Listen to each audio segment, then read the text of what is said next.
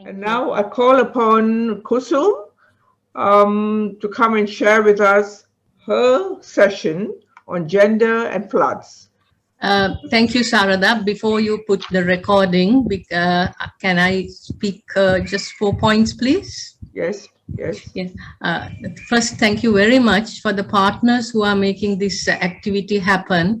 This is so interesting because this is the partners span different continents, different countries, but we are all united in our focus on the importance of nature-based solutions for flood green guide.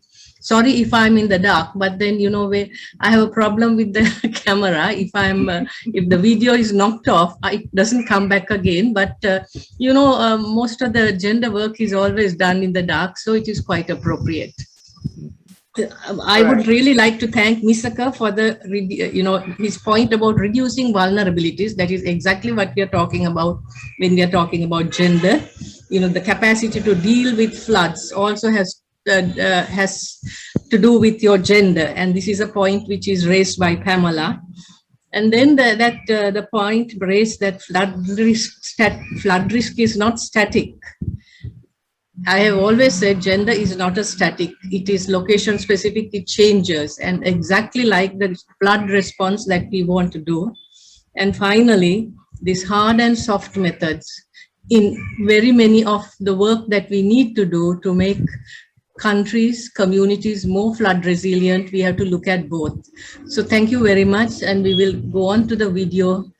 Nara, if you can please play it, Sarda, from your end. Yes, we will do that, but I was actually going to introduce you briefly, and you've already introduced yourself, actually. No, I think this slide is enough.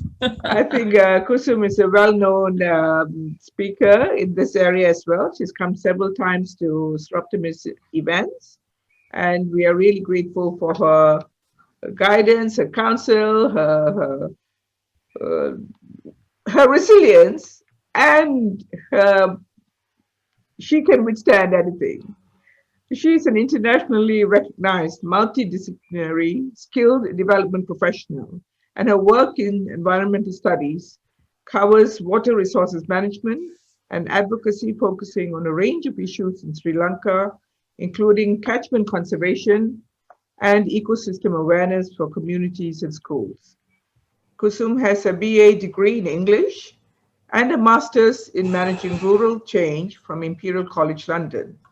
She has received the International Water Association's International Woman in Water Award and the Zonta Woman of Achievement Award for Sri Lanka. I now call upon Kusum to share we will share your video for you, Kusum, not to worry. Thank you. Thank you very much. This better phrase than, Jawahar Nehru, who said, dams are the temples of the modern India. So there was this over-dependence on nature being controlled by human beings. But as we have seen, we don't always control it very well, and more we are going away from the old mindset which said, oh, it is only a 50-year flood, it is a 100-year flood, into having these disasters strike us sometimes twice or thrice a year. Next, please. Yeah, I think this video is going to play. And this is Oshadi, who could not join us because she had a problem.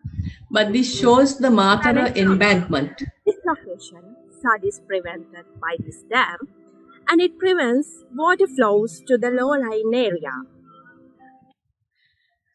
These embankments, which we find wherever we go, in Bangladesh, in Sri Lanka, along the Mississippi, the ones which had a disastrous failure during the Katrina flood, is seen as our strong bulwark against damaging floods. But more and more we see that they are not working.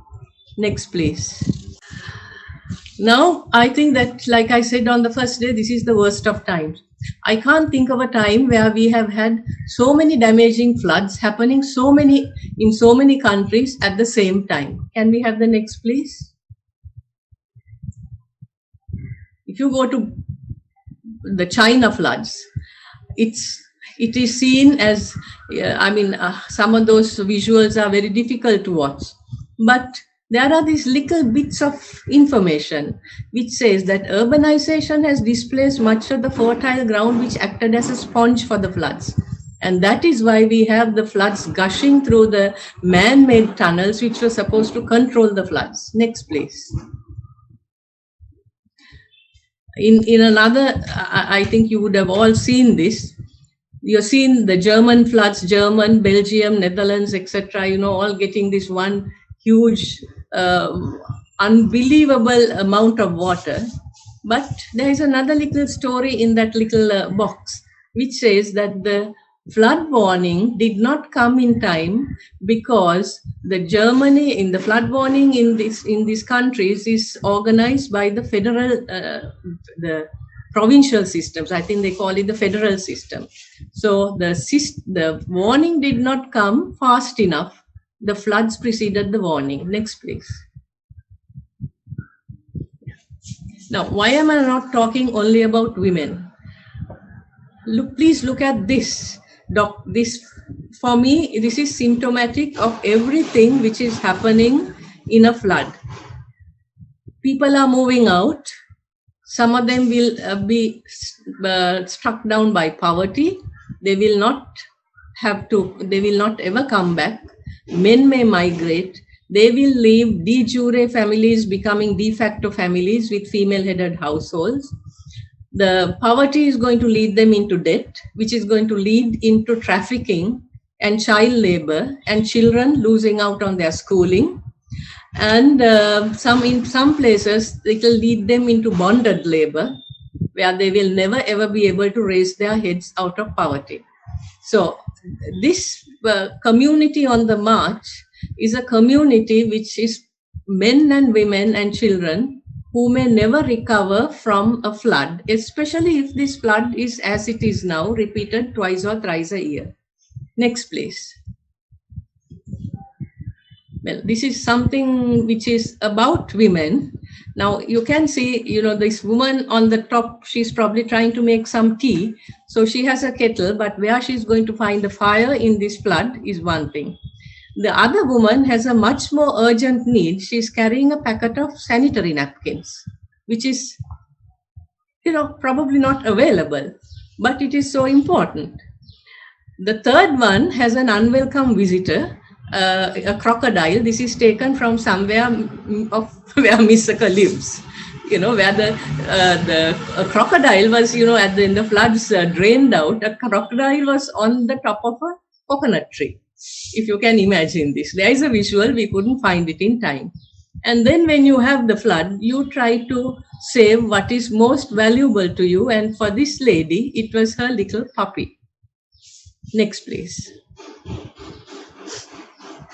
This, I'd like to play this because this is about the threat which follows floods, which is not only for women in South Asia, it is across the board. Please.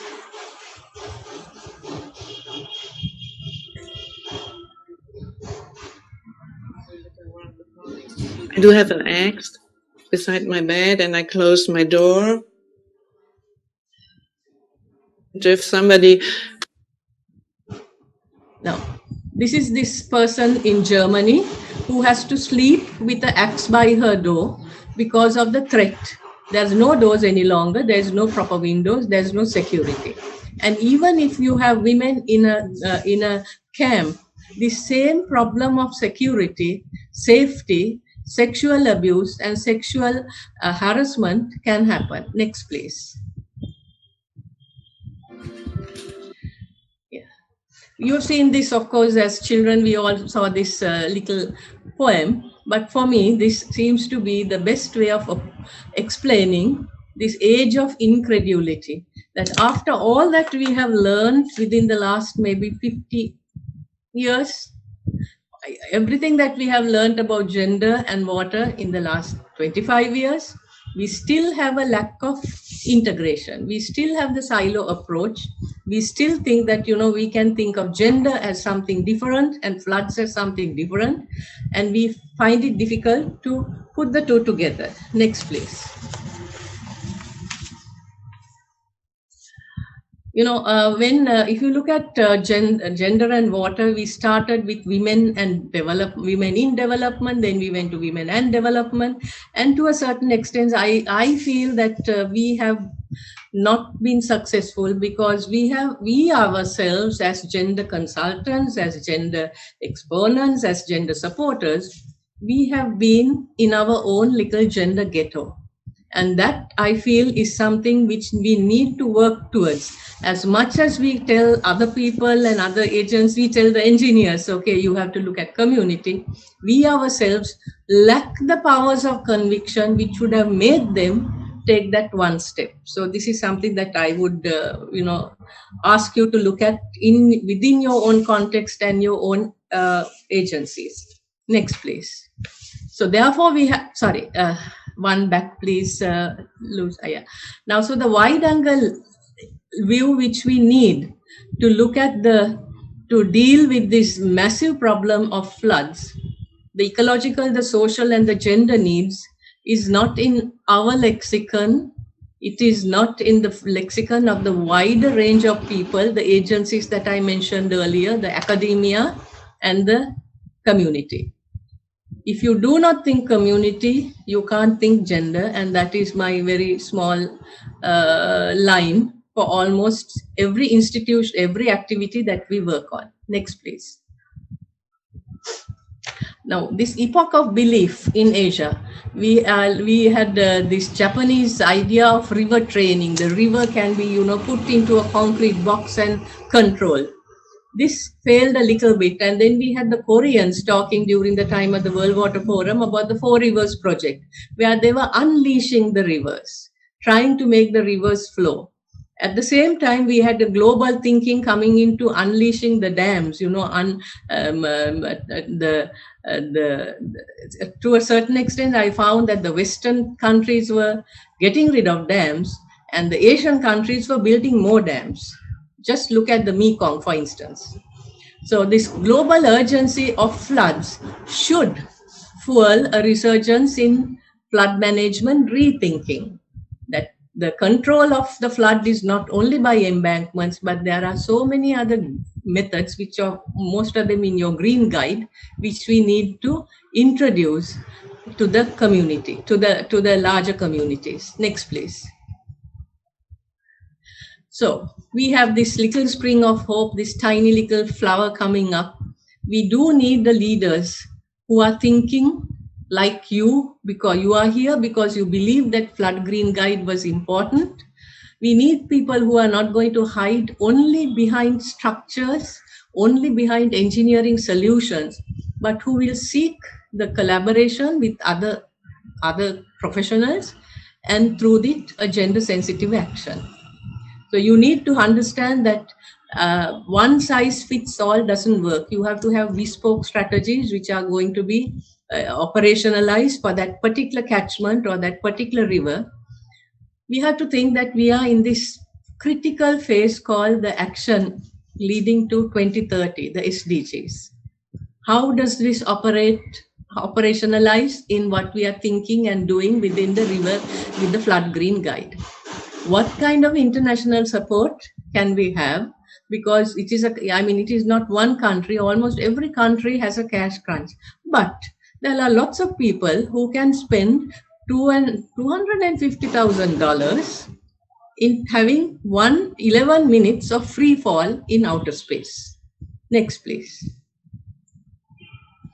Yeah, so if we look at the best of times, this is after, my positive thinking after the flood green guide. We would go into hard and soft solutions. We do need technical thinking. I'm not, having this sort of working in this happy peasant myth where we think that, okay, we can do without engineers. We need a collaboration, a new technical thinking, but we need the ability to adapt. We could have a constant revision of our methods and our methodology because our context is always changing. By the time we do adapt to one flood, one which is much worse is going to land on us. And we have to have cross the board, cross the institutions, planning platforms, planning mechanisms where we have an integrated planning from all the institutions and agencies which are related to flood. Far too many of our flood planning is given to something called, in different countries, disaster management center. We should not be having a disaster management center. We should have disaster prevention and risk reduction. And also, when we try to do this persuasion, we have to build up our own interpersonal skills. We would not go very far if we start going around banging people on the head with a gender hammer. We need to have team building. We have to have the powers of conviction. If we want people to change, we have to be able to convince them that there is something in what he says. And this networking has to come again. I'm not sort of using the word gender everywhere, but between generations and between the disciplines. Next, please. So hopefully with the Flood Green Guide, the age of wisdom is going to come upon us. And this is again the hard and soft coming together, and different agencies and different, as you see there, I think this is taken from your own training, Anita, somewhere. And we have this carriers, younger people, older people, different people coming together.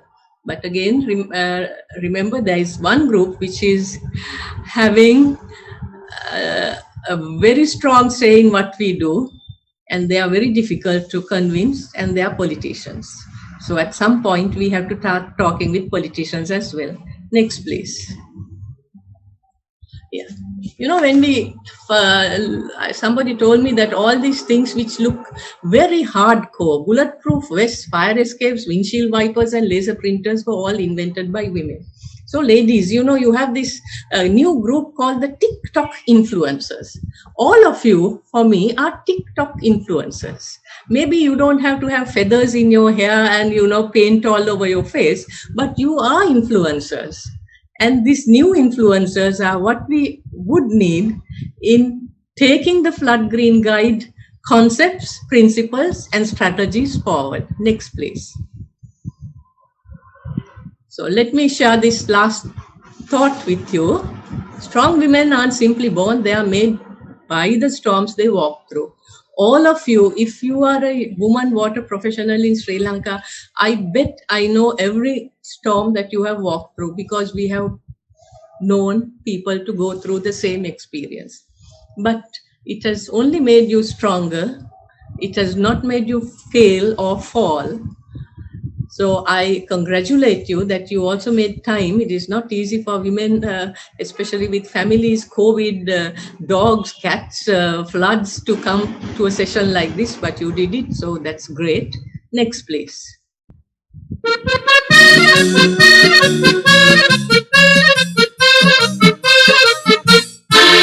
Una mattina mi sono svegliata, oh bella ciao, bella ciao, bella ciao, ciao, ciao. Una mattina mi sono svegliata ed ho trovato l'invaso.